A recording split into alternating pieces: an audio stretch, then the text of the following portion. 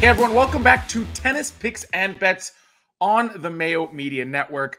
I'm your host, John, as we continue through the Australian Open. 2-1 on the opening day. Little disappointed not to get Victoria Kuzmova, but hey, we got a plus 110 underdog outright winner in 4 sets.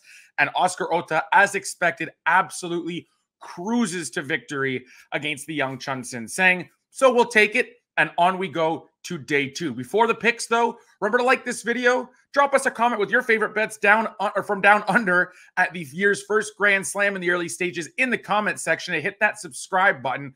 Check the bell as well to make sure you get all the notifications from the Mayo Media Network across all their sports coverage, whether it be betting or fantasy. Also, check out daily fantasy sports picks and bets, The Mix, at your favorite podcast app. Rate, review, and subscribe there as well. All right, on to day 2.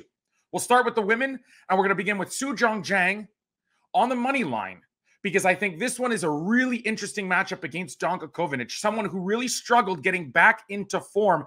A lot of players from these, Eastern Asian countries stayed home after the COVID restart for a lot longer. And as a result, we saw that bleed into 2021 as they continued to try and get their feet under them. Players like now Habino, Misaki, Doi, Jang really struggled at the end of 2020, even on hard courts, their specialized surface. Of course, last year, Jang was actually racking up clay court wins, which is not exactly, her calling card. And then back to the 2022 season here, she's really looked strong coming through qualifiers last week down under here in Melbourne. Now, she's playing Kovinic, more of a clay court specialist, not as comfortable on hard court. She's not going to be able to hit through Jang, and Jang is going to be able to hit with her as well. The more consistent player is Jang. She's more comfortable on the surface, and of course, coming through 3 qualifying matches, not just winning 3 matches at this venue, that's always a plus. You're a little more comfortable at the venue already, having matches under your belt, but the way she did it was super impressive as well. She beat the pesky Sarah Irani. Not the greatest win per se, because Irani's not necessarily a hardcore player, but she is pesky and gets a ton of balls back. Took her down in straight sets. Then played a young Australian in Taylor Preston. She didn't lose a single game, winning 6-love, 6-love. And then finally, the most impressive win to date, someone who I have breaking out this year in Rebecca Masarova, who looked strong at the U.S. Open last summer as well. Took her down 6-2, 6-3 as an underdog, a plus 150 underdog, no less. Very impressive qualifying campaign here from the Korean. I'm going to back her again. She's at about even money, so a very slight underdog, basically a pick'em. And I think she should be a favorite in this match, considering her pedigree and her experience and comfort on the hard courts, plus that qualifying campaign I just mentioned. So again, Jang on the money line against Kovinic at about even money.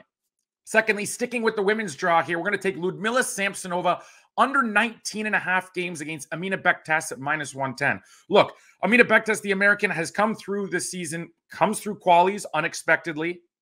She won a bunch of matches at an ITF level event prior to her qualifying campaign. So off to a fairly good start, an impressive start. Can't take that away from her, but she doesn't have anything to her game. The quality of competition she has played up to so far has not been the best, whether it be at the ITF event in Australia or in qualifiers. Now she's taking on someone firmly inside the top 50 in the world. Huge serve that's going to play up on these courts. Big forehand. Again, she was really impressive during grass season, Samsonova, and now she's going to be playing on some of the quicker outdoor hard courts in the world down under in Australia against someone with no weapons, who is basically, her ranking is pretty reflective of where she's at. She is an ITF player. Nothing impressive to her game. Really, this spread is at 5.5, which tells you all you need to know. The books are thinking 6-4, 6-3, 6-3, 6-3 as the potential score lines, and they've come down in the middle with a 5.5 game spread. Yet the under is giving us 19 games to work with. Essentially, if Samsonova gets this done in straight sets as expected, you've got a ton of wiggle room, and we only need a singular break in each set. And considering, that her serve is so big, she's not really in danger of giving up that break too often either. So a huge advantage here by taking the under. Of course, the flip side is if this goes 3 sets and she dominates the third, the 5.5 cashes and our under is blown. But I'm going to trust Ludmila Samsonova, who is just leaps and bounds better than Bektas, to get this done in straight sets and give us 19 games to work with the under here. I have this down around 18 to 18.5 games. So I think we have a nice edge in this spot. Finally, we're going over to the men's side. The lone men's play of the night will be Andy Murray, minus 3.5 games at minus 105 against Nicolas Basilashvili. I'm not one who likes to look at head-to-head records per se in my handicapping. I think that a head-to-head record, one, it can be skewed by different surfaces. Two, it can be skewed by time periods if a match happened 5 years ago. And three, generally, if there is a mismatch in the head-to-head, you can decipher it by looking at the styles on court and explaining why one player dominates. And that's what we have here. Andy Murray in the last year has beaten Basilashvili twice now, and he's looked fairly comfortable doing it. At Wimbledon, of course, it took 4 sets, but if you recall, he was up 5-love in the third set, lost 7 games in a row, and then won in 4 sets. Essentially, he had that match, was very dominant in that one. Why?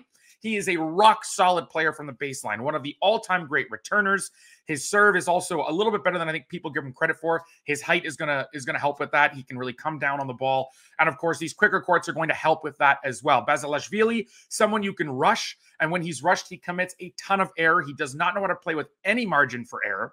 He loves to just rip. And when he's in the zone, he can be tough to beat. But when you've got a guy like Andy Murray who can extend rallies against him and wait out those errors, he really struggles. And that, reflects in the head-to-head record between these two in the last year. Again, I'm not huge on saying Murray dominates the head-to-head, take Murray. I think you need to delve into why he dominates the head-to-head and say, you know what, there's a reason for this.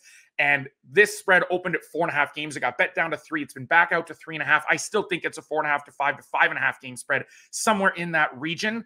My number is 5. I could justify books dropping a 5.5, but 3.5 is just too much.